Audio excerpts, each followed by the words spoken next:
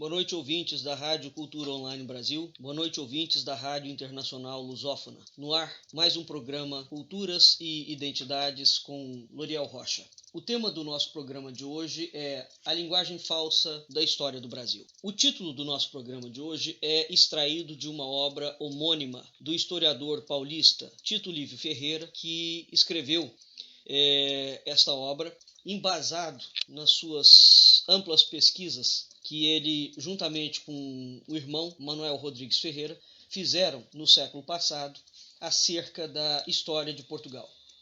Foi precisamente em cima da obra de Tito Livio Ferreira, uma outra obra dele, chamada O Brasil Não Foi Colônia, que nós iniciamos o nosso programa Culturas e Identidades, onde durante aproximadamente quase 3 meses, os 3 primeiros meses iniciais do programa, foram temas dedicados especificamente a essa questão. Pois muito bem. O que essa obra de Tito Livio Ferreira, A Linguagem Falsa da História do Brasil, trata?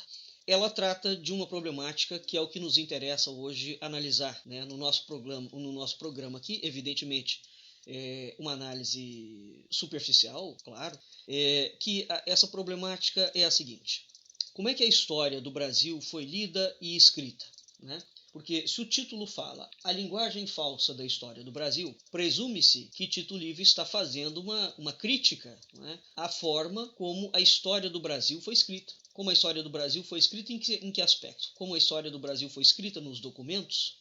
Sim, como a história do Brasil foi escrita nos documentos, em que momento? Depois, no período do Império Brasileiro. Então, até qual é o marco que nós temos? E nós não vamos hoje entrar neste programa nesta questão. Vamos fazer somente uma citação. Nós temos um tipo de documentação que vem de 1500 até 1822. Esses documentos, já no século XVIII, portanto em 1700, nós já temos algumas modificações ali de algumas palavras. Já existe alguma coisa que vem sendo feita, a nível de documentação. Mas nós podemos dizer que é um marco, digamos, fundamental, e esse marco acontece a partir de 1822, portanto, a partir da independência do Brasil. A partir da independência, começa a haver, e notadamente por Dom Pedro I e por Dom Pedro II, a história do Brasil passa a ser reescrita, e determinados termos são anexados a essa história. E termos são anexados, e termos são suprimidos, e termos são substituídos. E passa-se a adotar uma terminologia que até então nunca existiu dentro da documentação da coroa portuguesa. O efeito direto e indireto disso no futuro do Brasil vai ser absolutamente nefasto na história. E as causas desses efeitos, portanto, podem ser remontadas a Dom Pedro I. Então, a figura de Dom Pedro I é um marco em relação a essa problemática que surge. Esse marco está contido na primeira carta que Dom Pedro I manda para o seu pai, o rei Dom João VI, quando Dom João VI já está em Portugal. O problema que surge a partir desta chamada revisão da história, ou uma reescrita da história, antes de uma revisão, uma história reescrita sobre uma outra terminologia, o problema que nós sofremos até hoje no Brasil, são decorrentes dessa situação. Muito bem, nós falamos logo no início que esse programa Culturas e Identidades começa precisamente em cima da temática de que o Brasil não foi colônia. Ora, para afirmar que o Brasil não foi colônia, esse é um tema, por exemplo, relativo, que foi reescrito. E esse é um tema que necessita de uma retrospectiva histórica. Retrospectiva que analise as razões pelas quais, a partir de Dom Pedro I, começa-se a falar que o Brasil foi colônia de Portugal, quando essa palavra nunca existiu em nenhum documento oficial da coroa portuguesa. Então, qual foi a razão da criação desses argumentos? Portanto, o estudo da história do Brasil merece ser revisto. Mas o que nos cabe antes de nós entrarmos no tema do livro do Tito Livio Ferreira, A Linguagem Falsa da História do Brasil, gostaria de tecer aqui com vocês algumas considerações. Quando o governo federal brasileiro escolhe um livro em que ele vai recomendar para as escolas, né, o MEC recomenda esses livros para as escolas públicas na esfera federal, municipal e estadual, qual é o critério que o governo federal adota? Por exemplo, atualmente tem uma grande problemática relativo a uma nova metodologia que o MEC está tentando implementar, né, na Base Nacional de Ensino, onde se suprime toda a história relativa a Portugal, toda a história relativa à Inquisição, toda a história relativa à Grécia, suprime tudo. E o Brasil reescreve completamente a sua história, focando na parte indígena. Por exemplo, isso é um problema absolutamente atualizado dessa situação que aconteceu no período do Império, né? Embora no período do Império não tenha feito algo absolutamente tão dramático como está sendo feito agora, proposto pelo governo do PT, né?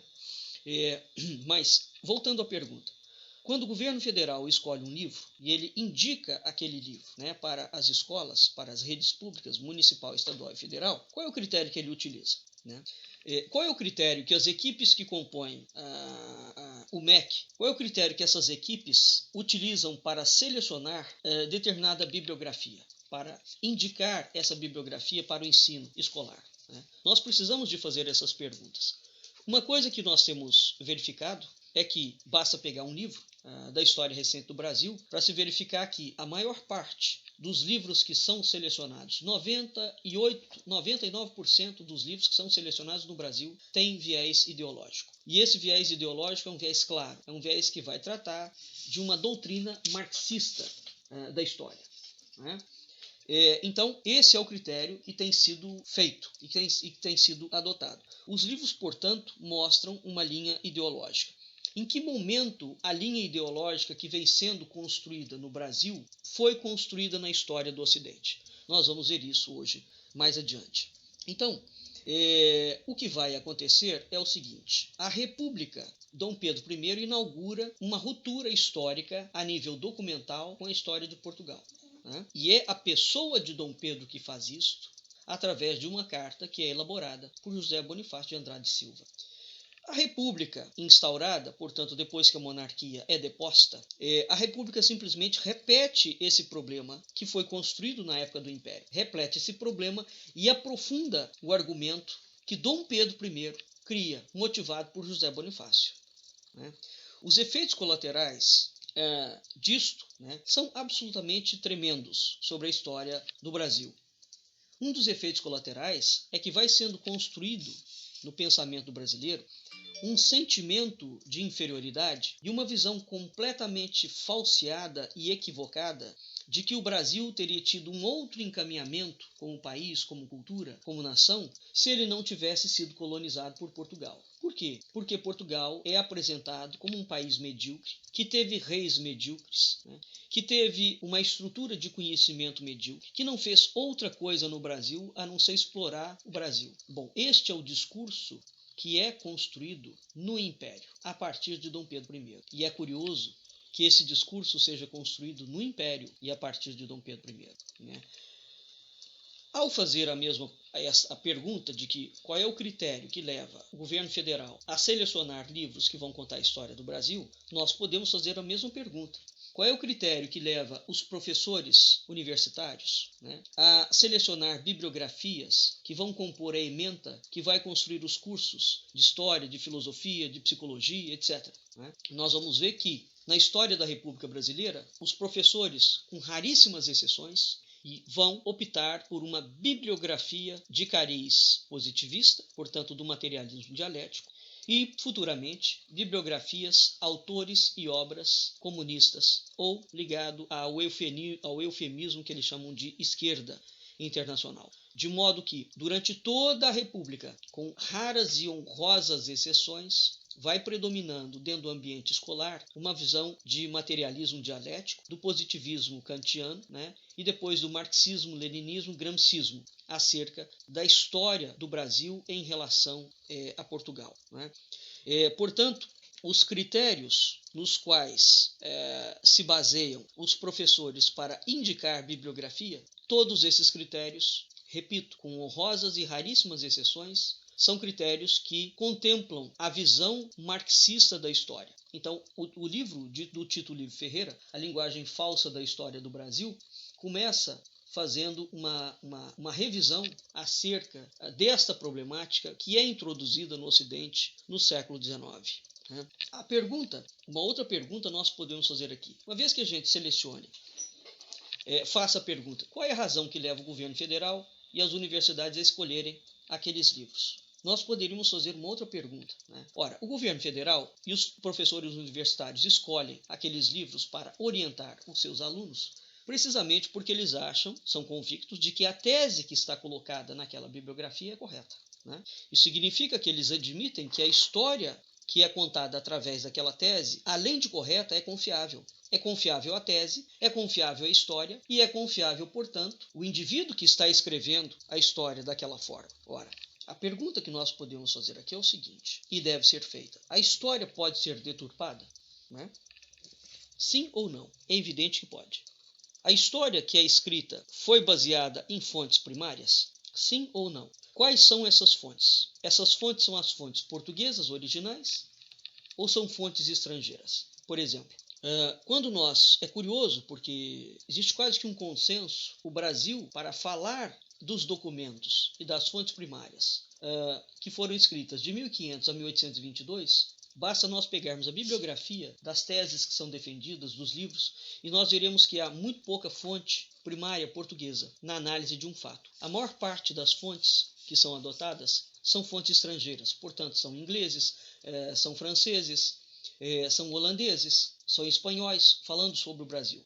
E é importante fazer essa pergunta, porque quando nós pegamos, vou dar um exemplo para vocês, quando nós pegamos fontes primárias dos jesuítas portugueses e quando nós pegamos fontes primárias dos jesuítas espanhóis, falando sobre a atuação dos portugueses e dos jesuítas portugueses no Brasil, os portugueses, sobre o mesmo evento, os portugueses narram um fato e os espanhóis narram um outro fato completamente distinto. Via de regra, as fontes dos jesuítas estrangeiros, portanto, notadamente dos jesuítas espanhóis, falando sobre a atuação da coroa portuguesa e dos jesuítas portugueses, os jesuítas espanhóis falam os maiores absurdos acerca dos portugueses. Quando nós vamos às fontes portuguesas, nós verificamos que os portugueses não só descrevem algo diametralmente diferente, bem como não têm aquela atitude que os espanhóis têm em relação aos portugueses. Então, o que nós temos aqui? Nós temos um problema, uma diferença gritante entre fontes primárias. Evidentemente que para estudar a história de um país, nós temos que levar em conta inúmeras fontes primárias que foram construídas a partir disso. Mas este é um assunto que nós temos que levar em consideração. Ou seja, a história, mesmo que ela seja baseada em fontes primárias, ela pode ser falseada? As fontes primárias dos jesuítas portugueses não fazem isso com os espanhóis. Então há um rigor em relação à fonte primária portuguesa que a gente não vê na fonte primária espanhola. Evidentemente que para analisar um determinado aspecto, eu tenho que ter em vista o documento oficial da época.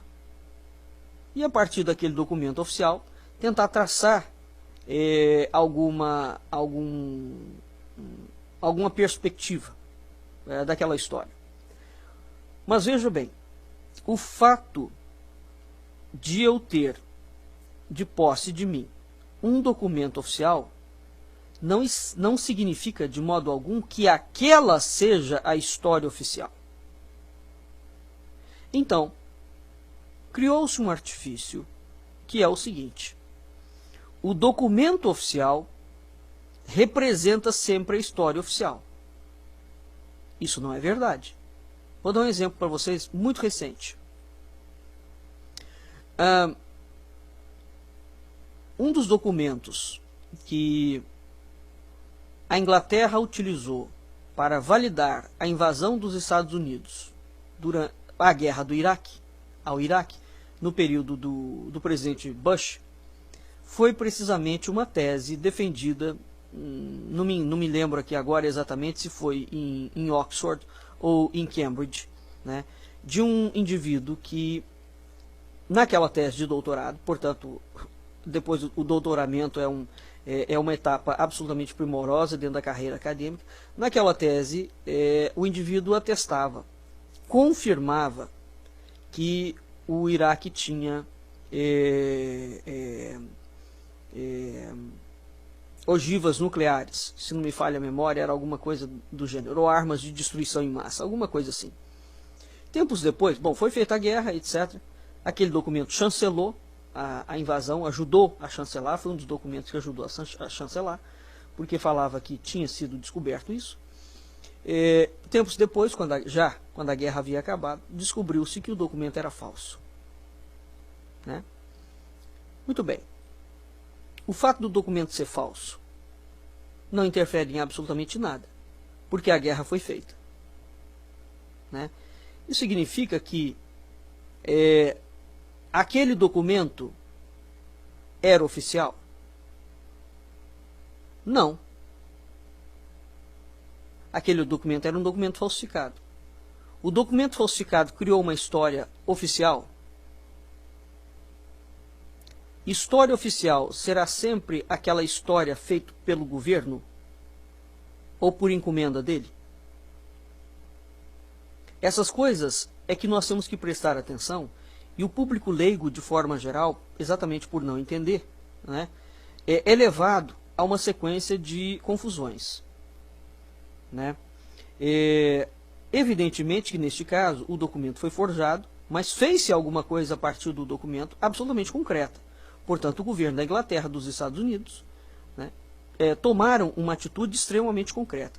A mesma crítica recai sobre, de alguns historiadores, recai sobre o mesmo argumento inepto sobre a documentação de Marco Polo. Dizem que Marco Polo foi o maior mentiroso da história.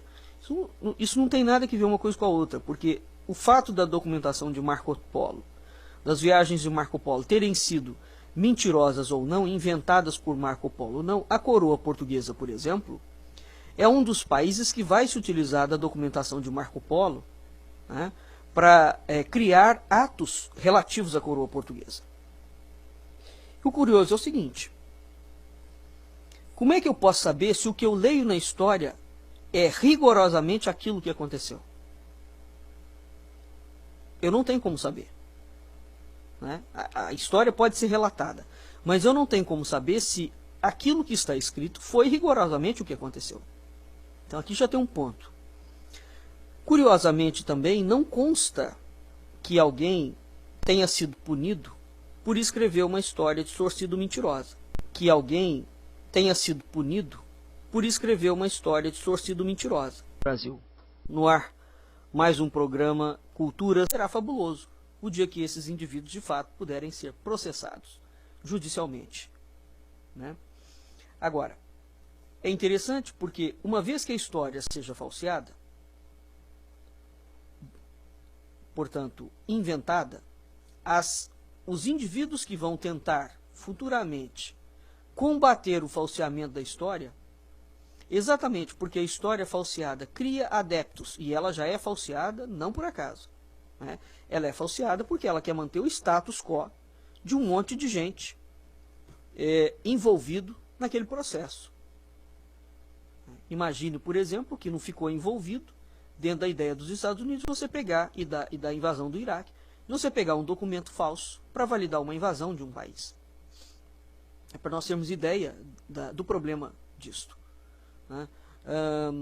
Então, não há caso de um indivíduo ser punido porque ele falsificou a história. Portanto, falsificar a história não é crime. Agora, quando você, como pesquisador isolado, ou uma entidade, se dispõe a rever aquela história que foi falsificada, aí você se torna o criminoso. A coisa se inverte. Né? Então, por quê? Porque já existe uma mentira absolutamente descarada, implementada dentro do mercado, que vende inúmeros livros. E, certamente, há um aparato de classes ligado a essa sustentação dessa mentira, que impede que qualquer outro indivíduo, quando queira vir apresentar uma outra versão, mesmo dentro dos documentos, aquela versão não é aceita. nós estamos fazendo essa introdução porque ela é muito importante para nós entendermos, em parte, o que o Tito Livio vai colocar. Agora, de modo que quando o governo escolhe um livro para que a escola adote aquilo como regra, né, básica de ensino, presume-se que o governo está adotando aquele livro porque aquele livro vai relatar a história oficial. Mas a pergunta é, o que é a história oficial? A história oficial é uma história secreta feita pelo governo? A história oficial é uma história feita por encomenda do governo? Quem redigiu essa história oficial? Né? Quem é que tem esta história oficial? Onde é que ela está guardada? Né? Portanto, o conceito de história oficial é um conceito mafioso. Um conceito mafioso. Não existe história oficial. Né? Os que falam de história oficial falam meramente como um jargão, onde isso expressa uma ideia corporativista. Porque a partir do momento que uma determinada corporação fala que detém a história oficial, aquela outra corporação, aquele outro grupo de pessoas, ou mesmo um pesquisador independente, que não defende a mesma linha daquela suposta história oficial, aquele indivíduo já de per si passa a ser um proscrito, um banido. Né? Então existe um grupelho que sequestrou a história oficial. Ou inventou ao povo que existe uma história oficial. Você poderia pensar, bom, mas então como é que nós lemos os documentos de fontes primárias? O fato de haver um documento de fonte primária não significa que ele seja a história oficial. Uma coisa não tem nada a ver com a outra. Né? O fato do documento existir não significa, de modo algum, que a história que está escrita no documento, de fato, é a história que aconteceu ipsis literis, ou que o documento abarque todo o acontecimento. Né? Então, é preciso discernir uma coisa de outra coisa. Evidentemente que quando nós pensamos em história, história é documento. Agora, documento de que modo? É o documento só em forma de papel? Em pergaminho? Em manuscrito? Também. O que poderia se constituir história oficial? Não é meramente o papel. História oficial poderia ser um monumento arquitetônico, poderia ser uma pintura, poderia ser uma escultura, né? Poderia ser o planejamento de uma cidade, poderia ser a técnica da confecção de um navio, pode ser qualquer coisa. Tudo aquilo ali poderia configurar uma história oficial. Então, a história oficial não necessariamente é só documento. Vou dar um exemplo para vocês. Mais um outro exemplo. Existe aquele quadro famoso do Pedro Américo, da primeira missa, não é? Onde notifica-se, pelo menos no Brasil, que aquele quadro é o primeiro quadro que foi pintado na história do Brasil e de Portugal acerca da chegada da esquadra de Cabral ao Brasil. Isso é uma mentira flagrante. Existe uma pintura parietal no Palácio Nacional de Mafra, que era onde a família real morava antes de vir para o Brasil. Nesta parede, uma determinada parede, teto do Palácio Nacional de Mafra, existe a pintura da primeira missa, e que não tem nenhuma relação com a pintura que Pedro Américo fez posteriormente. Né? Mas já está ali. Então, qual é a primeira? Qual é a história oficial? É aquela que vem primeiro? Em termos de documento, os documentos têm que ser lidos não somente a partir do país que o documento foi emitido, né? Ele tem que ser lido sob diferentes perspectivas. Porque vamos considerar o seguinte: o país que está escrevendo a sua história naquele momento, por exemplo, a China, é um regime comunista extremamente severo. Tudo que é escrito na China tem que passar pelo crivo do governo comunista chinês. Tudo que é escrito no governo comunista de Cuba tem que passar pelo crivo do governo comunista de Cuba. Tudo que é escrito no crivo do governo comunista russo tem que passar pelo crivo do governo comunista russo. Portanto, essa história russa, chinesa e cubana pode ser confiável? É absolutamente que não. Mas os documentos que são escritos e elaborados por esses regimes não são oficiais? É evidente que são. Eles são fontes primárias? É evidente que são. Essas fontes primárias, apesar de serem fontes primárias, são fidedignas? É evidente que não. Perceberam? Então, depende. A história, essa coisa de dizer que a história é oficial, né? Ou é a história mais verdadeira? Porque quando se fala em história oficial, o indivíduo está falando que essa é a história mais verdadeira. E a outra história que você apresenta, ela não é oficial, né? Portanto, o grau de verdade dela não é tão intenso. Esse é um problema em relação à documentação. Pois muito bem. Uma coisa que nós vamos ver, e que o Brasil vai fazer muito, né, é o seguinte: evidentemente que para construir a história tem documentos. Ora, uma questão em relação aos documentos históricos é que documentos não se interpretam documento. Não se interpreta um documento. Documento é compreendido e é explicado. A interpretação de documento é uma teoria marxista, positivista.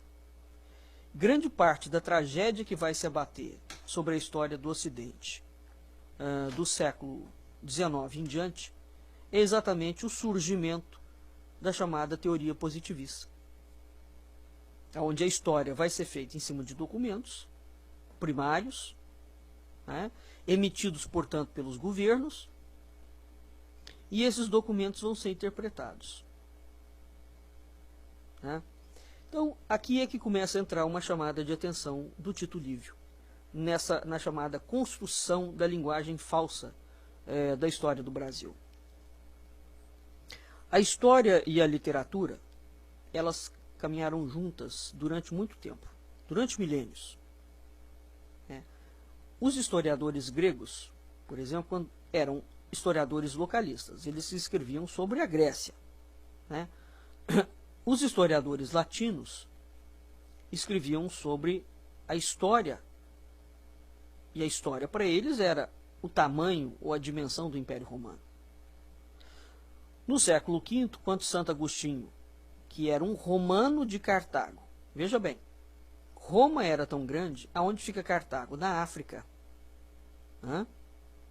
Santo Agostinho, embora tenha nascido na África, ele era romano. Isso vai valer para o Império Português, inclusive. O fato do indivíduo ter nascido no Brasil, ele não era brasileiro, ele era português. Então, Santo Agostinho é considerado romano por conta da dimensão do Império Romano, né? Então, Santo Agostinho, que era um romano de Cartago, portanto, do norte da África, o plano da história universal que ele traça é o plano da história universal da cristandade. Santo Agostinho designa para essa tarefa, algo que muito pouca gente sabe, um discípulo dele, muito próximo, que era Paulo Osório. Quem é Paulo Osório? Paulo Osório é um romano da cidade de Bracara Augusta, na Lusitânia. Lusitânia é o nome antigo de Portugal. Bracara Augusta era uma província de Roma. Bracara Augusta é hoje a cidade de Braga, em Portugal. Portugal, naquela altura, era Portocali. Portucale era um posto fiscal dos romanos, que ficava situado na foz do Rio Douro, na cidade do Porto, norte de Portugal, portanto.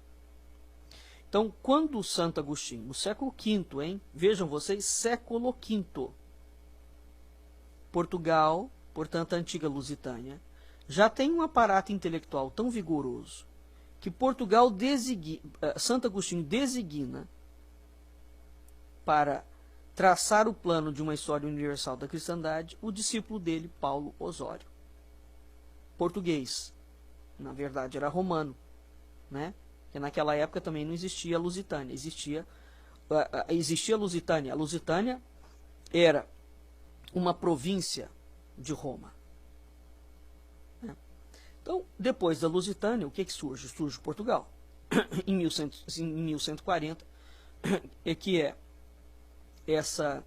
esse país, digamos, esse território, é oriundo de um dote de casamento de Dona Teresa com o conde Dom Henrique da Borgonha.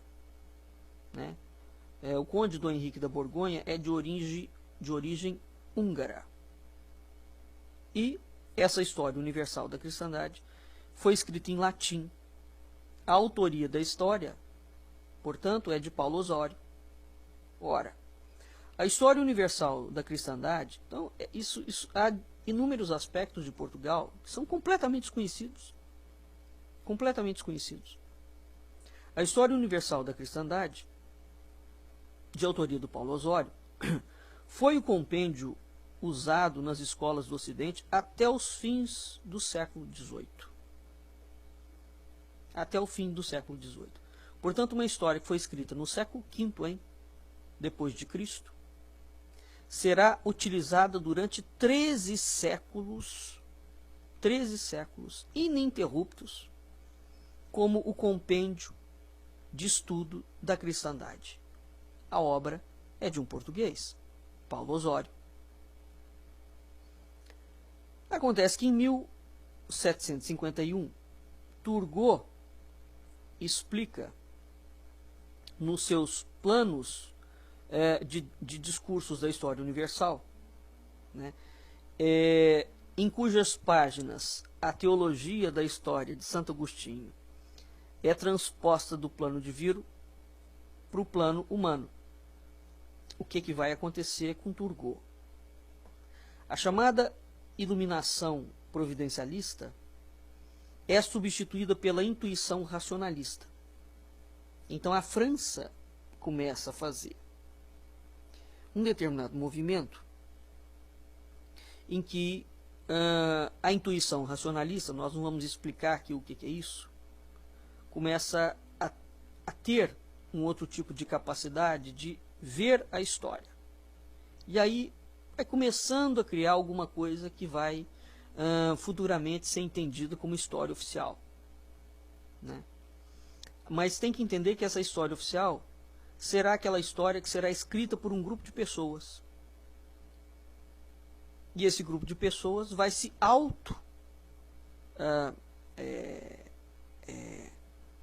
eleger como grupo eleito, habilitado, portanto, a escrever a história. E tudo que não fizer parte daquela casta de eleitos não é aceita. Né? Então, nesse caso, até fins do século XVIII, a história e a literatura eram lidas igualmente. Portanto, confundiam-se. Não havia separação entre história e literatura. Hoje, quando você vai fazer curso de história, você faz curso de história. Quando você vai fazer curso de literatura, você faz curso de literaturas. Então, a parte de letras e a parte de história está completamente separado. Né? E no começo do século XIX, a história vai estruturar o romance histórico baseado em documentos. Mas o romance aqui já é alguma coisa ficcional. Por exemplo, há romances históricos extremamente primorosos, né, em que os historiadores pesquisam tanto a história que elas se tornam absolutamente primorosas. E os romances são deliciosos de ler, né, como, por exemplo, em Memórias de Adriano, de Marguerite Yourcenar. Marguerite é uma pesquisadora que realmente histórica, né, que cria romances históricos fabulosos. Um outro indivíduo que criará alguns romances históricos, e um deles vai dar um problema terrível para Portugal, vem a ser exatamente o Zé Saramago, Prêmio Nobel de Literatura, português, mas comunista, até a raiz do cabelo. O Saramago, quando faz aquele livro dele, O Memorial do Convento, o livro dele, Memorial do Convento, é todo ele baseado no Palácio Nacional de Mafra, né? E o Saramago, muito matreiramente, faz absurdos absurdos históricos em relação ao Palácio Nacional de Mafra. Inventa coisas verdadeiramente apopléticas. E como o Saramago é um indivíduo muito famoso, o livro fica muito famoso, né? E hoje, o grande problema das pessoas que vão visitar o palácio é que elas vão visitar o palácio muitas vezes movida pelo que o Saramago falou no Memorial do Convento, e chega lá e não é nada daquilo, né? Então, isso é um tipo de romance que utiliza uma parte da história, mas já falseia a história. Então, há diferentes tipos, mas esse gênero literário, vamos dizer assim, né, de história estruturando romance histórico, ele começa a aparecer em fins do século XIX, né? E a partir desse momento, os historiadores e os romancistas passam a frequentar arquivos. Por exemplo, em Lisboa, Alexandre Herculano, que é um dos maiores historiadores, comunista também, publica em meados do século XIX a chamada História de Portugal. Tem coisas primorosas na obra de Alexandre Herculano e tem coisas terríficas. Por quê? Porque a história que o Alexandre Herculano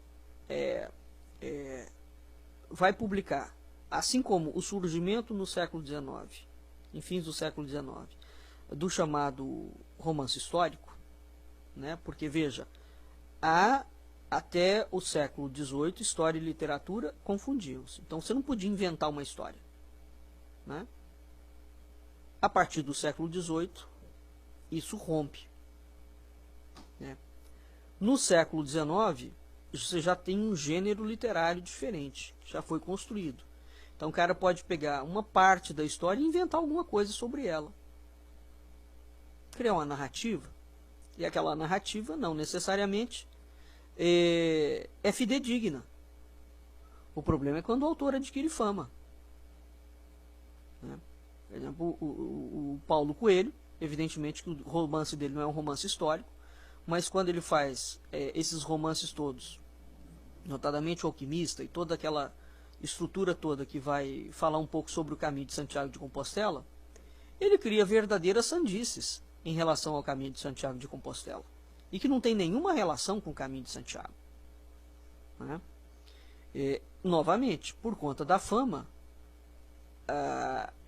do romance, né, adquire-se algum tipo de... o público leigo, né, vai adquirir um tipo de ideia daquele percurso que não tem nenhuma relação com a realidade. Então, o problema a partir do século XIX é o seguinte, que a França inaugura. Você pegou um documento, leu o documento. O que a pessoa vai fazer? A pessoa vai explicar o documento. Certo? Ela vai explicar. Mais ou menos próximo da vida de Alexandre Herculano, o que vai acontecer? Em Paris, Alexandre Herculano está em Portugal. Em Paris, um indivíduo chamado Augusto Comte, que é o autor do disco da bandeira brasileira, Ordem e Progresso. Augusto Comte é positivista, portanto materialista, confesso. Augusto Comte cria a palavra sociologia. Entretanto, quando ele cria essa palavra, sociologia, ele não dá a essa palavra nenhum significado. Essa palavra não significa absolutamente nada, nada mesmo. Ao mesmo tempo, em Londres, Marx e Engels dois comunistas, vejam vocês que todos eles eram comunistas, inventam o chamado materialismo histórico. Por quê? O que é o materialismo histórico? O materialismo histórico é aquele materialismo baseado na interpretação das doutrinas econômicas. Portanto, isso significa que toda a história do mundo passa a ser interpretada a partir da perspectiva econômica. De modo que a história de Portugal, por exemplo, no Brasil, ela passa a ser lida sobre um aspecto de usura, dinheiro, quanto você ganhou e quanto você não ganhou, quem você explorou e quem você não explorou. Então você passa a ser um explorador do outro, há uma luta de classes, o rico está sempre explorando o mais pobre, porque cria-se a ideia de que a história toda da humanidade se reduz à mera briga econômica. E essa loucura, desde que Marx e Engels inventam o materialismo histórico, né, baseado numa interpretação, veja, uma interpretação das doutrinas econômicas, porque a economia até aí não era assim não. E, inclusive, a economia é sujeita à interpretação. Quando a gente fala em interpretação, significa que o cara vai pegar um documento e ele vai explicar o documento segundo a ótica dele, não segundo aquilo que o documento era. Vou dar um outro exemplo para vocês. Quando a gente pega um documento do século XVI, Dom João III, rei de Portugal e do Brasil, portanto, também, Dom João III usa muito uma palavra em que ele falava as minhas crianças. Aí você pensa, bom, as minhas crianças eram filhos de Dom João III. Não. A palavra criança, naquele contexto, o português, a palavra criança, naquele contexto, significava obra. Hoje, quando você fala uma criança, você pensa em ser humano, um bebê, né, notadamente o seu filho. A minha criança, você vai pensar, é o meu filho. Não. Naquela altura, no século XVI, criança significava obra. Portanto, quando o rei falava as minhas crianças, significava as minhas obras. A obra que ele tinha feito. Então, se ele tinha construído um palácio, era a criança dele. Se ele tinha construído um navio, era a criança dele. É isto. Então, isso é, portanto, isso é para ter uma ideia de que eu não posso pegar uma palavra e retirá-la do contexto dela. Isso significa que o documento está ali. Eu estou lendo o documento, as minhas crianças. Um documento não pode ser interpretado. Um documento tem que ser compreendido e tem que ser explicado. Então, quando ele fala as minhas crianças, não há o que você interpretar nisso. Você tem que ler. Ele está falando da obra que ele fez. O que o século XIX vai fazer?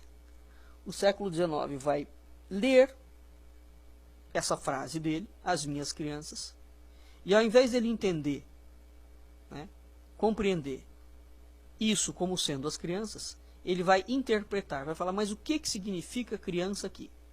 E aí, dependendo do indivíduo, ele traça um conceito de criança, ou ele inventa um conceito de criança que nunca existiu naquele momento. E retira, na verdade, percebe? Ele pode manter a palavra, mas ele vai dar uma interpretação àquela palavra, que não tem nenhuma relação com a realidade em si. Então, isso vai construindo essa interpretação histórica. Portanto, a partir do século XIX, a história passa a ser interpretada. Você pega o documento, você não compreende, você não explica o documento, você interpreta ele. Então, hoje em dia, qualquer indivíduo dá opinião sobre qualquer coisa, baseado no achismo dele. A partir do século XIX, o que foi sendo construído? Uma história de achismos. De qualquer forma, então veja, na França, nós temos Auguste Comte, criou o positivismo. Em Portugal, nós temos Alexandre Herculano, criou a interpretação da história. Em Londres, nós temos Marx e Engels, que inventam o materialismo histórico. Isso tudo no século XIX. Né? Turgot faz isso. O que acontece nesse bojo? Turgot veio antes. Né? Então, há, a partir desse momento, um escamoteamento da história. Escamoteamento da história. E esse escamoteamento da história vai sendo feito sob a perspectiva da filosofia, da sociologia e da economia. Bom, a partir do século XIX, começa a ferver discussões literárias sobre as ideias tanto de Augusto Comte quanto as ideias de Marx e de Lenin. Comte, embora tenha inventado o termo sociologia, ele não define. Os sociólogos, então, começam a querer definir o que é sociologia. E os marxistas vão procurando interpretar o materialismo histórico. Portanto, toda a história começa a ter dois vieses de interpretação. A sociologia, teoricamente, vai lidar com as pessoas, com o povo, e os marxistas vão criar o materialismo histórico, a história toda movida através de economia. Né? Apesar disso, Comte e Marx são antagonistas na perspectiva das suas teorias. Por quê? Porque Comte valoriza o homem como pessoa social. Né? É dentro dessa perspectiva, inclusive, que está o lema da bandeira brasileira. Porque a fórmula do positivismo é precisamente o amor por princípio, a ordem por base e o progresso por fim. Então, mesmo que Comte seja um positivista, um materialista, existe uma ideia de altruísmo. Né?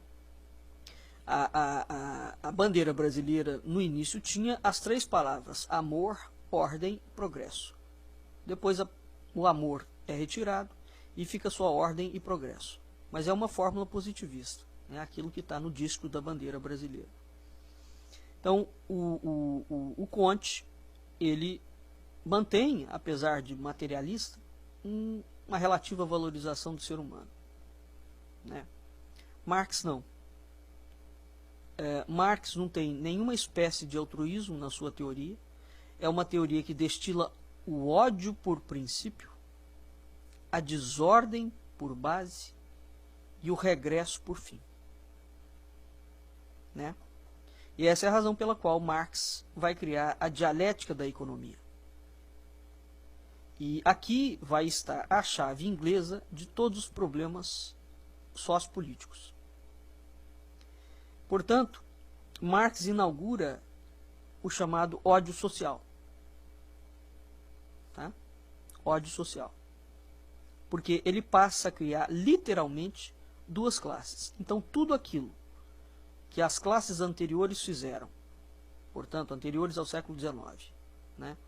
E notadamente as chamadas monarquias, todos os governos anteriores ao século XIX, onde havia gente rica e gente pobre. Ora, rico e pobre existe desde que o mundo é mundo. Não necessariamente eles eram inimigos e odiavam-se, né? Mas Marx fala que não. Ele vai estabelecer que sempre houve uma luta de classes e que há um ódio social inerente, e o problema desse ódio social é o capitalismo, que não existia naquela época, ou é a economia, né? E para resolver esse problema era preciso declarar guerra. Declarar guerra entre as classes. Né? E qual classe deveria declarar a guerra? A do proletariado. Deveria declarar guerra aos ricos. E como é que eles fariam isso? Implantando um tipo de terror e de violência, destruindo as coisas, matando a família. Né? Então o século XIX é um século extremamente trágico, sob todos os aspectos. é o século, e o século XX vai aprofundar enormemente essa tragédia que é construída no século XIX. Porque é um século que cria o materialismo e que constrói uma luta entre classes sociais. Essa palavra aparece, né? Hegel, que tem uma ligação com o marxismo histórico, Hegel é o indivíduo que cria, ele antecede Marx, né? E ele cria o idealismo histórico. Mesmo Hegel é virado do avesso por Marx. Né? Porque Marx marca Hegel com o materialismo histórico. Para combater esse materialismo histórico, existe um indivíduo chamado Fustel de Coulanges, que é o historiador da Cidade Antiga. Ele cria o espiritualismo histórico. Então, olha a loucura que começa a ser criada. Portanto, há duas histórias, não é? Uma história material e uma história espiritual. Essa é a razão pela qual esse pensamento absolutamente translocado vai apoiar futuramente, é uma das bases que vai apoiar futuramente a chamada criação do Estado laico, né?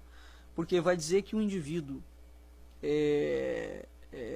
não pode ser religioso e ser político ao mesmo tempo, né?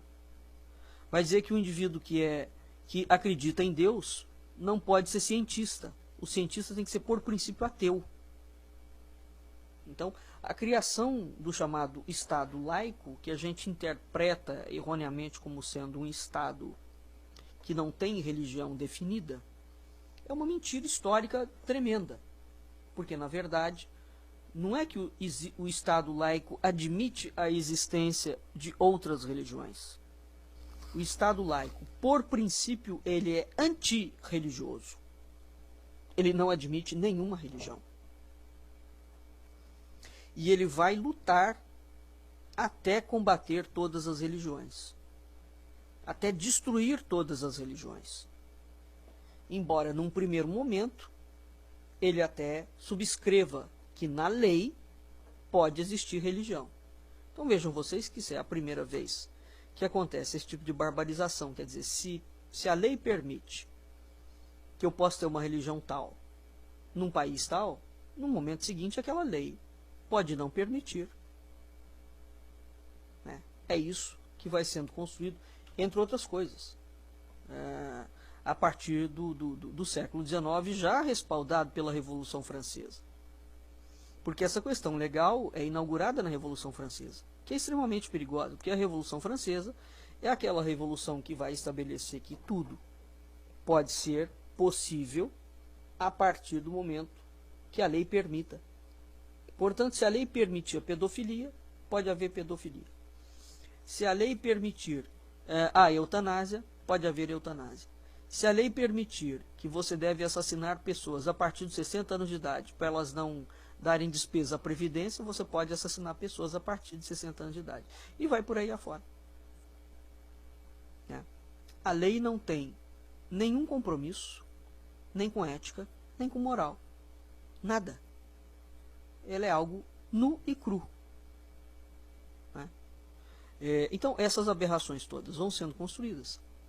E a França, veja bem, há 3 grandes países que vão influenciar enormemente essa construção de uma sociedade ocidental extremamente materialista. A França, a Inglaterra e a Alemanha, dentro do contexto europeu.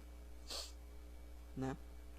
Evidentemente, há indivíduos absolutamente geniais, mas esses países são claramente os países que vão criar essa loucura histórica. Né? Então, o Coulanges vai, para combater essa loucura, vai falar que há um espiritualismo histórico. E ele vai criar um axioma muito famoso, falando o seguinte: não há documento, não há história. Né? Por que ele vai colocar isso? Porque o Engels tenta definir o materialismo histórico sob a capa de uma teoria materialista da história, ou uma teoria econômica da história. né? E qual é o problema da teoria de Engels e de Marx? Segundo a teoria deles, não pode, o fato de ter documento ou não ter documento não faz a menor importância. Esse é o problema. A grande tragédia... Então as pessoas falam muito de movimento comunista, ou que nós vamos chamar futuramente de movimento comunista ou do movimento socialista, e não entende o problema básico daquela desgraça, porque é uma desgraça mesmo. Né? Isso não é um xingamento, isso é uma constatação. A ausência da graça. Né?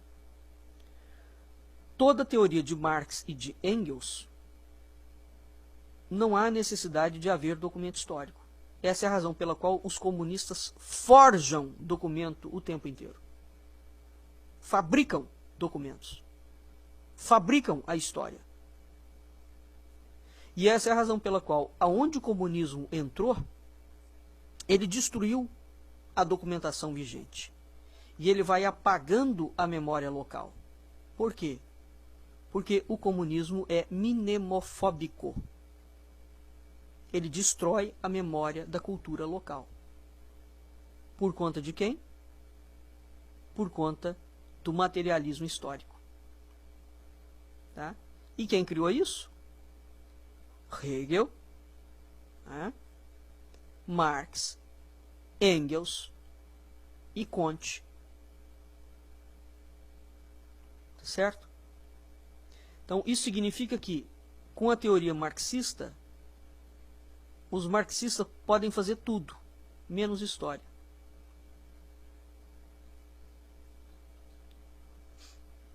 São esses detalhes que realmente nós precisamos entender. Porque se a gente não entender, você fala, a gente começou o programa falando, mas um documento pode ser falseado? Pode. O fato dele ser falseado, ele pode ser um documento oficial? Pode. Ele foi falseado, mas ele é um documento oficial. Ele é um documento primário? É. O fato dele ser falseado, ser um documento histórico e ser um documento oficial, significa que ele está falando a verdade? Não. Não. Esse é o problema. Agora, dentro da teoria marxista, aquele documento falseado é a história oficial. Então, a criação de história oficial é uma criação marxista. Portanto, hoje, quando a gente, igual o professor Tito Livre falava, né, que o Brasil não foi colônia. Não foi mesmo. Nunca existiu esse termo colônia em nenhuma documentação portuguesa até 1822. De 1500 até 1822, não há um único documento oficial da coroa portuguesa em que o Brasil é colônia. E é preciso entender o que é uma colônia. Quem é que faz essa gracinha no Brasil? Quem é que escreve o primeiro documento e insere a palavra colônia em um documento oficial? José Bonifácio de Andrade e Silva. Na carta que Dom Pedro I manda para o seu pai, Dom João VI, em Portugal. E a partir daquilo ali, por várias razões ele faz isso. Nós não vamos entrar no mérito agora. Mas a partir daqui, a desgraça começa. E depois Dom Pedro II, quando autoriza Van Hagen, né, Capistrano de Abreu, notadamente Van Hagen, que é o cara que vai fazer todo o levantamento documental, vai andar pela Europa inteira, e vai trazer para Dom Pedro, e vai reescrever a história do Brasil, Van Hagen reconfirma essa desgraça da deturpação histórica. Né? Agora, o que já havia aqui? Já havia um pensamento sendo formado na França de que, embora houvesse documentos, os documentos podem ser interpretados. Isso equivale a dizer o seguinte: bom, não há em nenhum documento a palavra colônia, mas eu acho que o Brasil era colônia. Eu escrevo aquilo ali. Isso é uma Inglaterra tinha colônias, no sentido estrito do termo. Colônia. Um país que é colônia, ele não tem eleições próprias. Um país que é colônia não tem sistema jurídico e legal igual ao da matriz. Tem inúmeras diferenças entre um país quando ele é colônia e quando ele não é colônia. O Robert Southey, quando ele vai pegar a história do Brasil e escrever, traduzi-la para o inglês, né, ele pega a palavra província, não tem aquela palavra na língua inglesa. Como a Inglaterra tinha colônias, ele traduz sob a perspectiva inglesa. Então ele fala que o Brasil é colônia de Portugal. Né? Então, esses são os erros históricos que começam a ser construídos. Mas é preciso entender por que esses erros começam a ser construídos. Esses erros começam a ser construídos porque vai havendo uma brecha teórica, acadêmica, conceitual, isso vai sendo construído ao longo de todo o século XIX, de que os documentos históricos podem ser interpretados. Então veja, o cara chega num país, o que hoje a gente faz? Quando você vai traduzir um documento e a sua língua não tem aquela expressão, né? Então um tradutor é um indivíduo que no mínimo ele tem que ter morado num país da língua em que ele vai traduzir o livro. Porque tem determinadas expressões que a pessoa não consegue entender, né? Mesmo que ela tenha um dicionário. Ela só consegue entender em loco. Então, o indivíduo pega uma palavra que não tem na língua inglesa e ajusta aquela palavra. O que é o correto? Você pegar aquela palavra que não tem, manter a palavra no sentido original dela, da língua dela, e botar uma nota de rodapé. Né? Isso é o que se faz hoje, quando você não tem um paralelo. Tá? É a mesma questão em relação à leitura de manuscritos, né? A tradução de manuscritos, de documentos manuscritos. Você tem que manter a palavra exatamente no sentido que ela é original. Você não pode adulterar. Então não há uma interpretação. Você não pode interpretar o documento. O documento é uma coisa que você compreende e explica. Você não interpreta ele. Porque a interpretação é um ponto de vista pessoal. Né? Mas, portanto,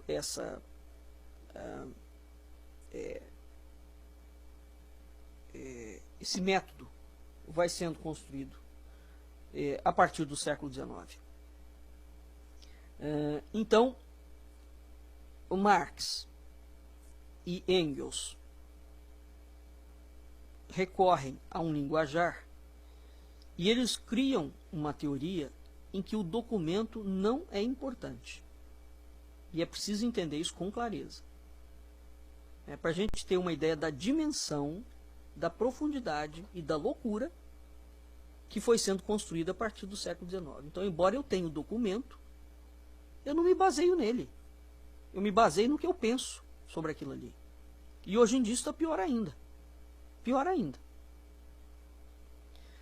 Mas acontece o seguinte, Comte cria a sociologia, mas ele não define ela. Então, precisava de sanar esse problema. Né? Aí os sociólogos criam a linguagem sociológica. Que ele cria a sociologia como disciplina, mas não tinha linguagem. Né? Qual é o problema da sociologia? A linguagem da sociologia. Ela tem o mesmo linguajar equivocado do materialismo histórico.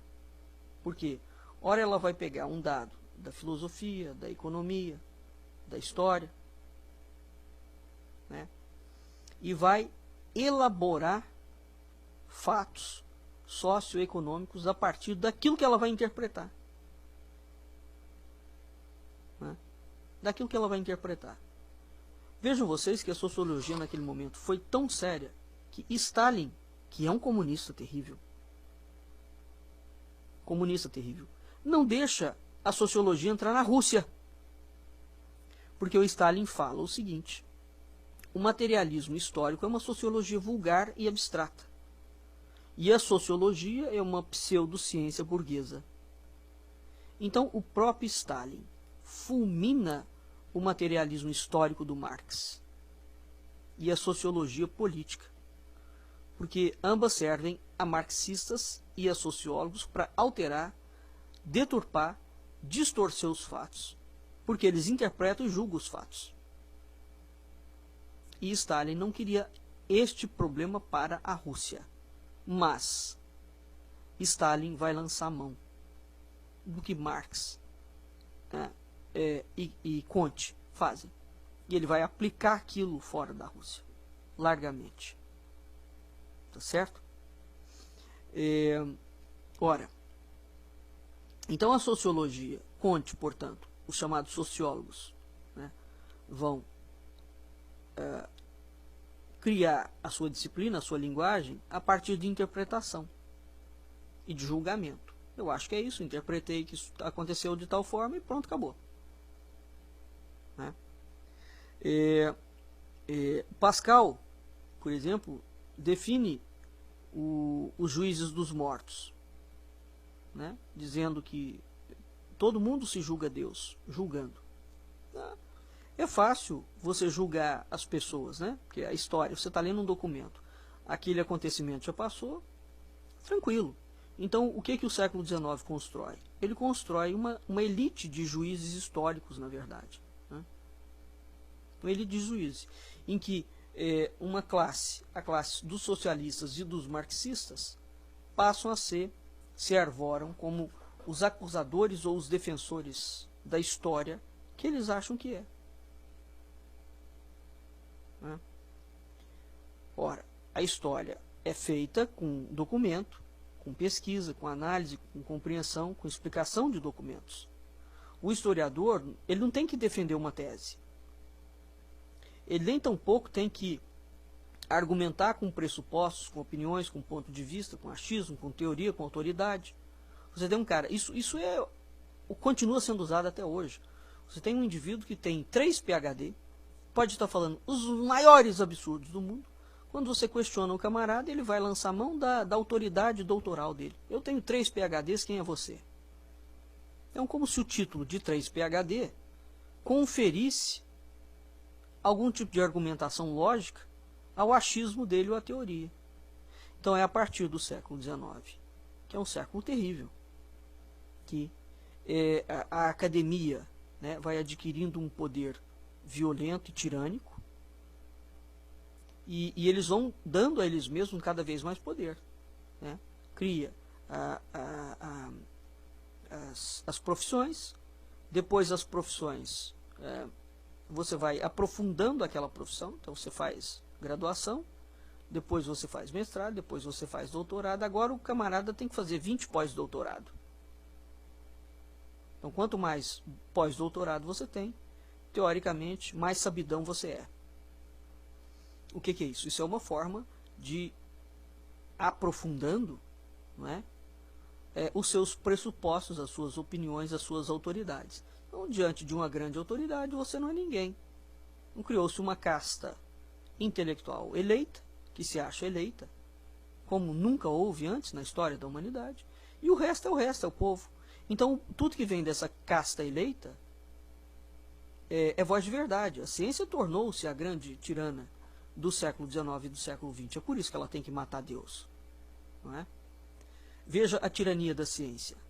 Por exemplo, de tempos em tempos, os médicos vêm à baila e falam, vocês devem se lembrar, há muitos anos atrás não podia beber vinho. De jeito nenhum. Beber vinho fazia um mal terrível. Né? Depois, a Europa teve problemas enormes, começou a investir na sua capacidade vinícola, propagandas imensas, os Estados Unidos também, no sul, começaram a criar vinícolas. Então, começaram a vir os médicos a defender que um copo de vinho faz muito bem todo dia. Durante muito tempo, o café foi proscrito. Quem bebia café estava praticamente morto, tinha infarto diariamente. Aí eles ajuntavam uns dados assim absolutamente loucos. O cara bebe não sei quantos cafés por dia e em razão do café que ele bebe, ele morre. Né, tempos depois. Então, vem essas contabilidades e essas mentiras históricas tremendas sobre os dados de pesquisa científica que essa gente vai ligando em torno disso. Depois veio o problema do ovo. Ninguém podia comer ovo. Quem comesse o ovo entrou na pauta do proibido. Agora lançaram uma interdição, uma proibição em cima dos produtos lácteos, né? Então você não pode beber leite, você não pode comer iogurte, você não pode comer manteiga. Então, de tempos em tempos, essa gente absolutamente alucinada, esses grandes doutores, né, baseado nos seus pressupostos, nas suas teorias, nas suas autoridades, nos seus achismos, lançam mundo afora os seus achismos e as suas loucuras teóricas, e a sociedade embaixo é obrigada a consumir aquilo ali. Porque essa gente, dentro dos meios universitários, produzem bancas, teses, formulários, doutrinas, etc. Né? Muito bem, vamos dar um intervalo agora e daqui a pouco a gente volta para tentar continuar esse assunto aqui, entrando numa outra vertente. Né? Daqui a pouco nós já voltamos, vamos lá, até daqui a pouco. Voltando ao segundo bloco do nosso programa Culturas e Identidades. No primeiro bloco nós falamos, portanto, do problema que vai ser criado no século XIX com Marx, Engels, Hegel e Kant, né? e Comte, que vai fundar as bases do materialismo histórico. O problema do materialismo histórico, entre outras coisas, é que são dois problemas. É um problema em dois. Os documentos podem ser interpretados segundo o viés do indivíduo que está lendo o documento. Terceiro, segundo ponto. Os documentos são dispensáveis. Né? Então, embora você tenha um documento oficial, eu posso perfeitamente desprezar aquele documento. Se eu não desprezá-lo, eu posso interpretá-lo. Ora, o que vai acontecer com o Brasil? Nessa linha de pensamento, o primeiro escritor a ligar a história do Brasil à interpretação do documento, portanto a sua linguagem, né? Portanto a sua interpretação, foi precisamente aquele indivíduo que nós já falamos, que é o Robert Southey. Ele é autor da História do Brasil. Essa obra foi publicada em Londres em 1910. Quando ele traduziu do português para o inglês, ele esbarra em dificuldades intransponíveis. Que dificuldades são essas? São as dificuldades da língua mesmo. Tem palavras que a língua portuguesa tem e que não há tradução na língua inglesa. Né? Então, quando ele lê nos documentos as palavras povoar, povoador, povoamento, província de Santa Cruz, Estado do Brasil, né, ele não entende isso. Ora, povoar, povoador, povoamento, província, Estado do Brasil é a linguagem da história oficial, real, do Brasil. É assim que ela era escrita. Mas, para o Southey, o que ele vai fazer? Essas palavras não existiam. Então ele traduz povoar para colonizar. Ele traduz povoador como colonizador. E povoamento, para ele, era colonização.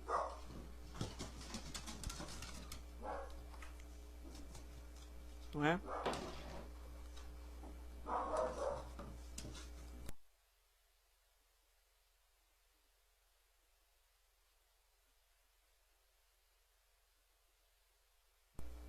Tivemos um problema aqui, desculpe. Então, voltando.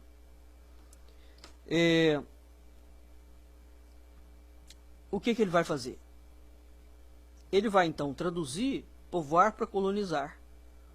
Povoador é o colonizador e o povoamento era uma colonização. Né? E os termos província de Santa Cruz e Estado do Brasil significam colônia. Ora, isso demonstra, entre outras coisas, um evidente desconhecimento do idioma português. E mais do que o idioma português, evidentemente, um desconhecimento maior ainda da política da coroa real portuguesa. E o que ele faz? Arbitrariamente, ele nivela a província de Santa Cruz, ou Estado do Brasil, as colônias do amado Luiz Joaquim de Oliveira e Castro. O que ele faz? Ele traduz o livro História do Brasil do Solten para a língua portuguesa. Ora, ele repete o erro. Aonde estava escrito colônia, colono, ele escreve colono. Aonde estava escrito colônia, ele escreve colônia. Aonde estava escrito colonização, ele coloca colonização. E aonde estava escrito colonizar, ele coloca colonizar. Portanto, ele confirma o erro de tradução do Solten. O cara sequer se dá o trabalho. Claro, ele não vai ler os documentos oficiais. Né? O Solten pelo menos leu, mas ele não vai ler. Ele vai direto na tradução do Solten e coloca isso. Portanto, é o tradutor do tradutor. Isso é um problema que vem a acontecer muito. Hoje, as teses de mestrado e de doutorado, quando você vai na bibliografia delas, às vezes quando ela cita assim, um manuscrito, as teses têm tanta obra, tanta obra, tanta obra, que você fala, esse cara não leu isso tudo aqui. Eu já peguei tese que tinha 1.500 obras. O indivíduo não leu 1.500 obras para comprar uma tese de mestrado de 2 anos. Isso não existe. Não vai ler mesmo. Né? Se ler, ele leu ali uma página daquele documento. E como é que a gente sabe que não leu? Porque quando você conhece o documento, você vê que o cara não entendeu nada. Ele pegou uma pequena parcela do documento, leu 2 ou 3 parágrafos, ou leu o comentarista do comentarista, e a partir daquilo ali ele constrói a estrutura dele. Ele interpreta o que ele quer. Né? Então, o Oliveira e Castro, ele corrobora o erro do Solten, né? Quando ele faz a tradução da tradução. Ora, desde o momento em que o Solten faz essa bizarrice, os historiadores portugueses e brasileiros vão aceitar de uma forma mansa e pacífica essa linguagem errada e fraudulenta que vai ser imposta por esse inglês à história do Brasil. Não é? Então, já passou da hora da documentação brasileira rever esse problema da linguagem histórica. Portanto, da linguagem materialista que foi aplicada à construção da documentação histórica. É preciso parar de mentir nas escolas, às crianças, aos adolescentes, aos adultos. Né? O ensino está completamente errado. Além de errado, é fraudulento, é mentiroso, é criminoso. Então, é preciso ler os documentos e ouvir os documentos na sua própria linguagem. Né?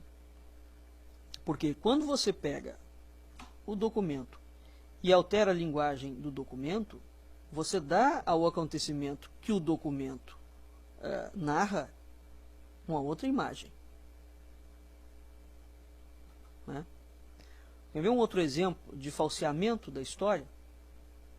Um indivíduo chamado Rodolfo Garcia, na obra dele História Política e Administrativa do Brasil, ele escreve, abre aspas, da vida primitiva desses colonos, há um depoimento interessante na carta de João de Melo da Câmara a Dom João III, cerca de 1529, quando se propunha a fazer povoar o Brasil por homens de muita substância e pessoas abastadas, que podem levar muitas éguas, cavalos e gados e todas as coisas necessárias para o frutificamento da colônia, ao contrário dos que cá permaneciam, que se contentavam com terem 4 índias por mancebas e cometerem do mantenimento da terra.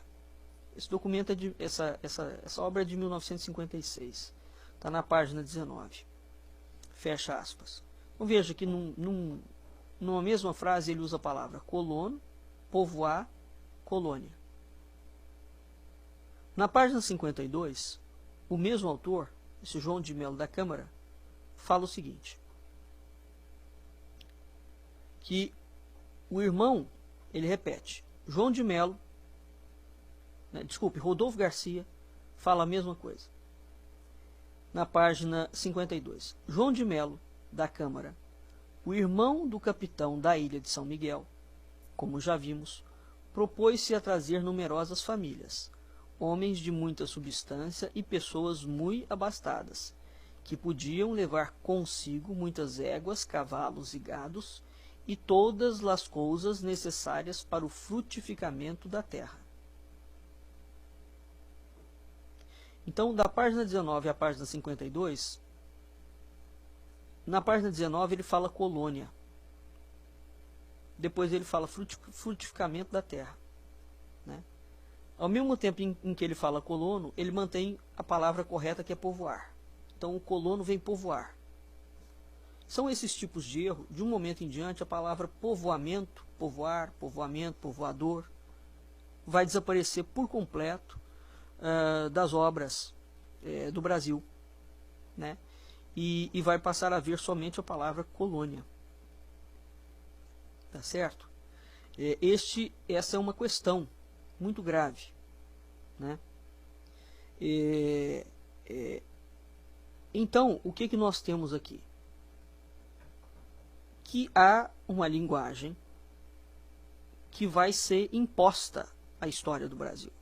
Uma linguagem que é imposta pela Inglaterra. Agora, essa linguagem que é imposta pela Inglaterra, ela tem um fundamento baseado em Marx, em Engels, né? Depois em Comte, em que o documento, repito, pode ser interpretado. E até para considerar um acontecimento histórico, você pode abrir mão do documento. Portanto, abre um precedente, não é nenhum precedente. Né? A história, a partir daquele momento, pode virar qualquer coisa. Pode virar qualquer coisa.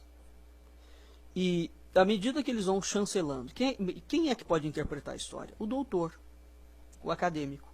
Então, o acadêmico, quanto mais importante for o centro acadêmico aonde ele pertencer, pior ainda. Não é? Porque aí o cara pode falar as maiores atrocidades e ele estará respaldado, porque ele é doutor da Sorbonne, ele é doutor de Cambridge, né? Ele é doutor de qualquer lugar. E esse doutor, pela ideia precisa da autoridade acadêmica, fala as maiores loucuras. Então, e isso é a história, né, do conhecimento, ou da construção do conhecimento, que começa no século XIX e ao longo de todo o século XX vai se tornando uma tragédia. O século XXI já é um século, né, está no início do século, mas já dá indicativos de que essa estrutura está completamente carcomida e corrompida. Porque a quantidade de teses e de abusos, né, e de loucuras científicas, históricas, culturais que têm sido feitas, baseadas nessa suposta autoridade acadêmica, são impressionantes e estão ficando cada dia mais gritantes. É inquestionável que a academia prestou muito serviço, mas é inquestionável também que a quantidade de desserviço que ela prestou é imensamente superior aos serviços que ela vem prestando. Né? Porque teorias verdadeiramente criminosas são incentivadas, estimuladas, baseado na autoridade. Né? Ora, a história é a ciência do documento. Então, a partir do momento que você tem no século XIX, por Marx, Engels e Comte, a proposta, né, de que você pode ter um linguajar confuso, né, e de que você pode ver na linguagem da história uma interpretação, evidentemente que algo muito grave começa a se processar a partir disso. Porque você pega o documento dita a linguagem da história, né? Porque para escrever a história, o documento vai ditar a linguagem. Portanto, os documentos impõem uma nomenclatura. Se o historiador escuta essa nomenclatura, ele escreve sobre o ditado de uma época que é sempre diferente da outra. Sempre diferente. Por exemplo, quando a gente pensa no termo patrícios, que era um termo próprio do Império Romano, né? O Império Romano, eu não posso falar que Roma antiga tinha burguesia. Eu já vi livros escolares, infantis, sendo vendidos falando que Roma tinha burguesia. Ué, Roma nunca teve burguesia. Então você não pode pegar isso e traduzir, né? Então, hoje em dia, o ensino da história no Brasil, ele é algo absolutamente criminoso. Criminoso.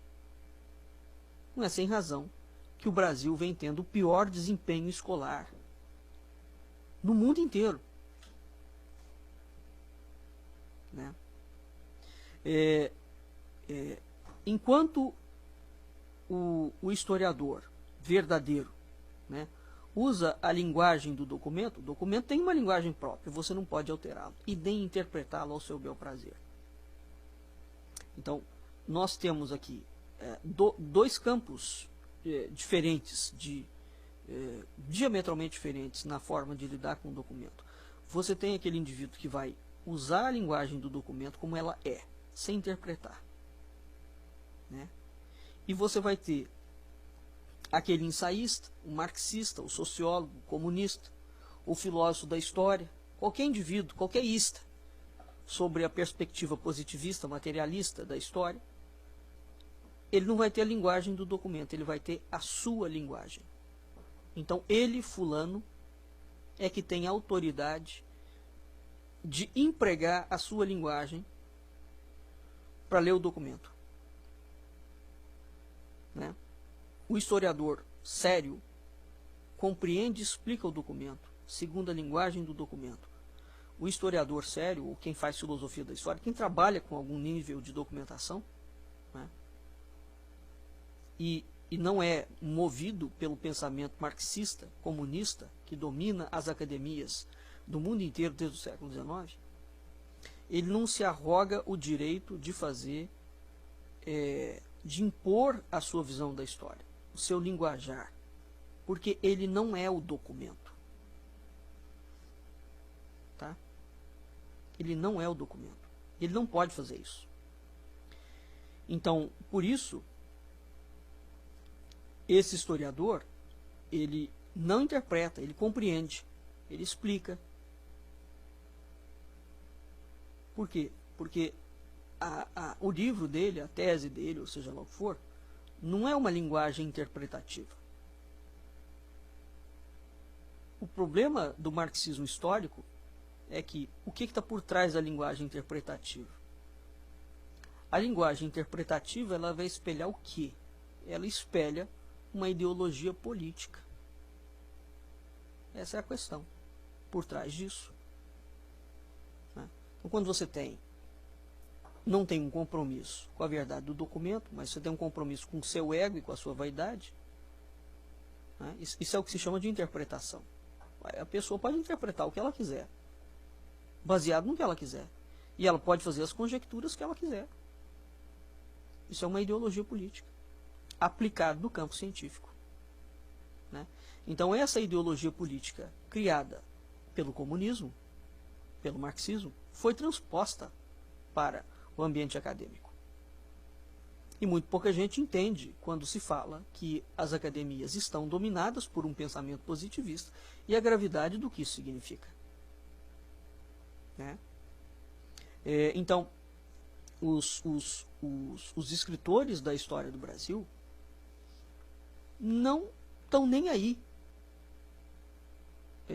para essa tomada de consciência, né? E essa revisão de rumos em relação à linguagem do documento. Normalmente eles vão repetir, remoer, ruminar palavras, opinião, ponto de vista, daquele mesmo grupelho. Então fica um cenário acadêmico brasileiro, é um cenário de quadrilha, né? com raríssimas exceções. Então, agora, o que é preciso entender? No caso de história, a história não tem autoridade. O cara pode ser doutor 20 vezes, pós-doutor 50. O fato dele ser pós-doutor, ele não tem autoridade nenhuma sobre o documento. Nenhuma. Portanto, ele não pode interpretar o documento baseado na autoridade dele. Ele tem que ouvir o que o documento está falando. Ele tem que compreender o que o documento está falando.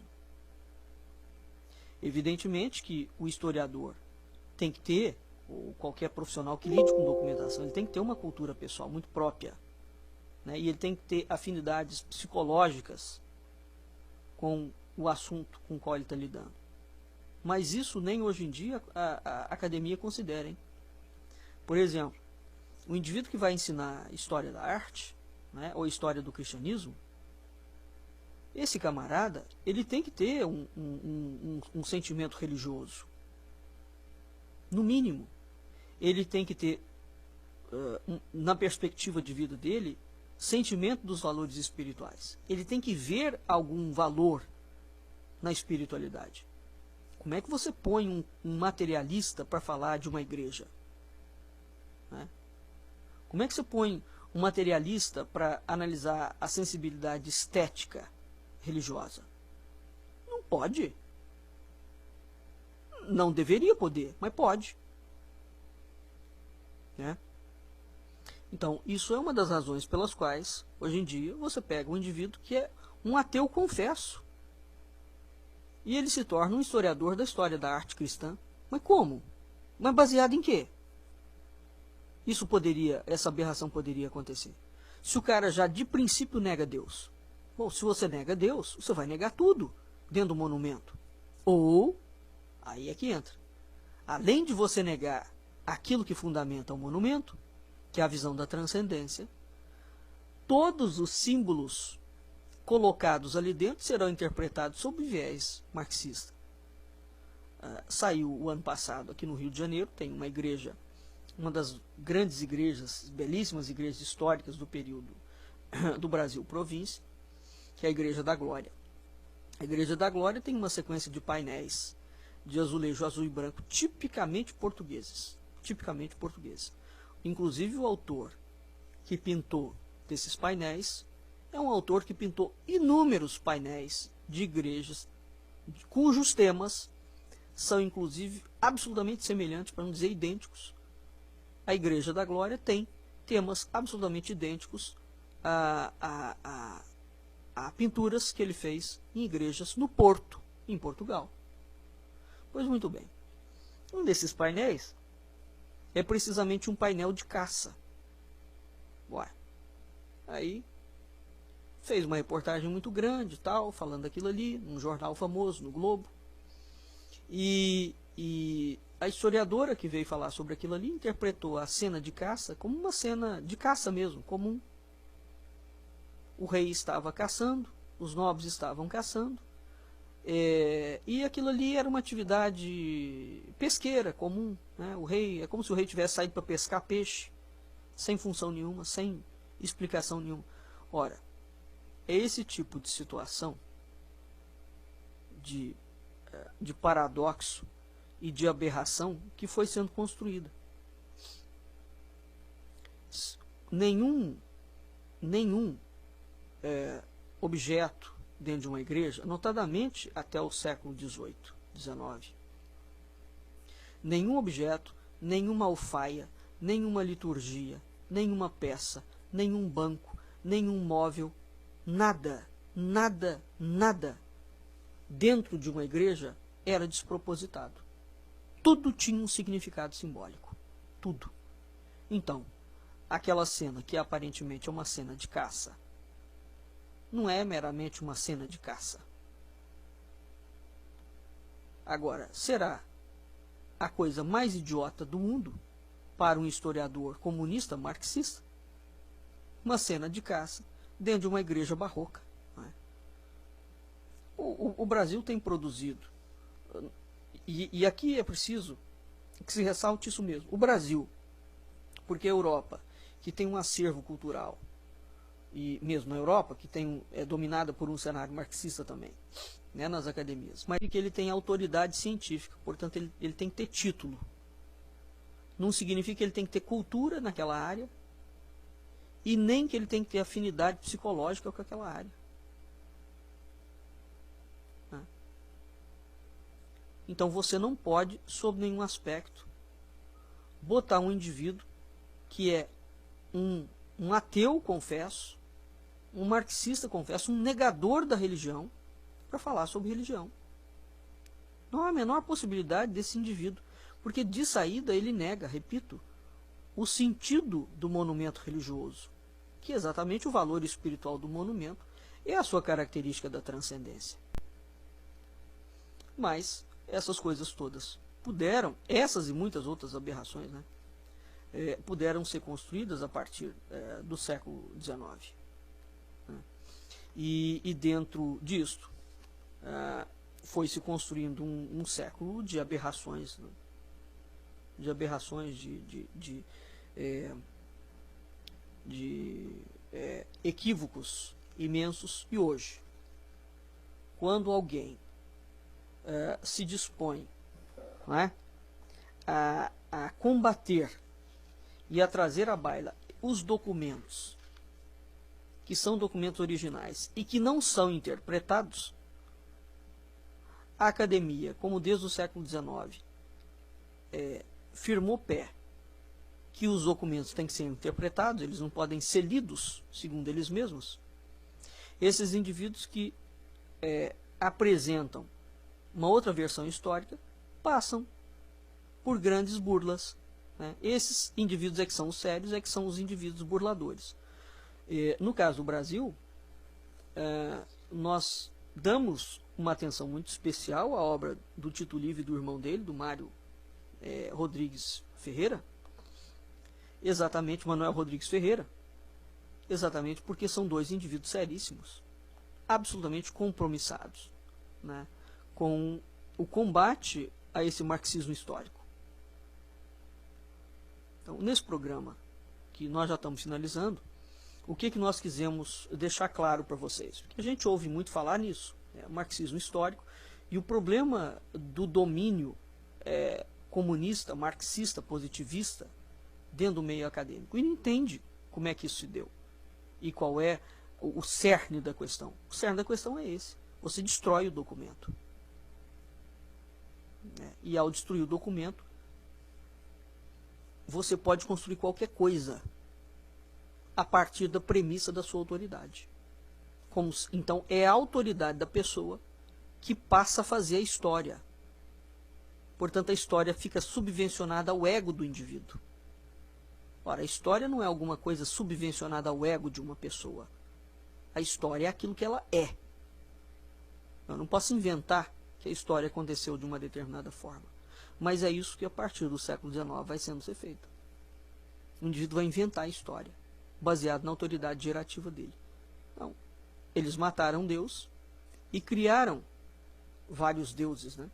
Vários. Os políticos viraram deuses, os acadêmicos viraram deuses, os juízes viraram deuses, todo mundo virou Deus no seu respectivo establishment.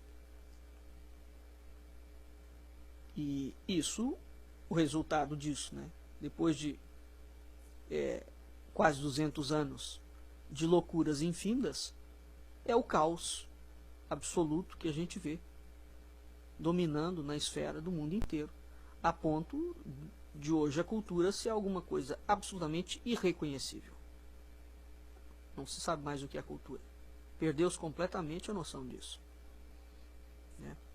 Então é preciso ter coragem de apresentar esses espinhos, né?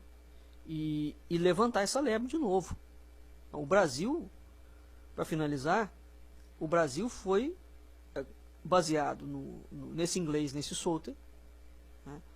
Dom Pedro I, por influência de José Bonifácio, começa a inventar uma mentira histórica, mentira mesmo, a falsear a história, as razões, nós não vamos entrar nisso aqui agora, e a partir desse momento,